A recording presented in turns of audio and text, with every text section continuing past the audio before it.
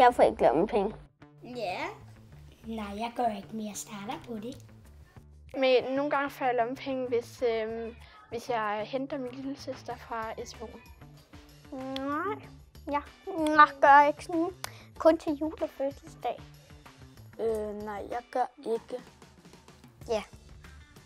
Nej, altså nogle gange, hvis jeg tømmer opvaskemaskinen eller sådan noget, siger min far, hvis du lige tømmer opvaskemaskinen, så får du 5 kroner eller 10 kroner. Men ikke sådan generelt. Ja, når jeg vasker opvaskemaskine. Hvis jeg går 3 ture med min hund, så får jeg 100 kroner.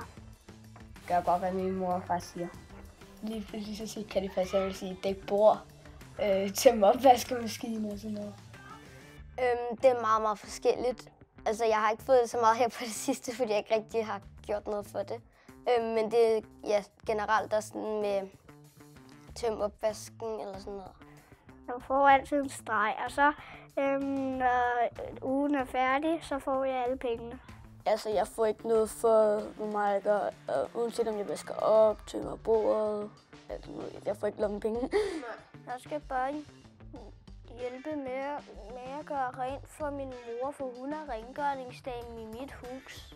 Og jeg går ture med min hund, fordi jeg ikke rigtig gider. Hvis der ikke er noget, som jeg sådan gider at købe, så gemmer jeg dem. Enten til at købe min egen is. Nogle gange går vi ud og handler, og så kan jeg købe enten mit eget slik eller min egen is. Jeg havde en masse penge sidste år, som jeg sparede op til Danmarks Indsamling, og så gav dem der. Så jeg plejer ikke at bruge så mange penge. Men nogle gange, så gør jeg lige i Fætter BR eller sådan noget.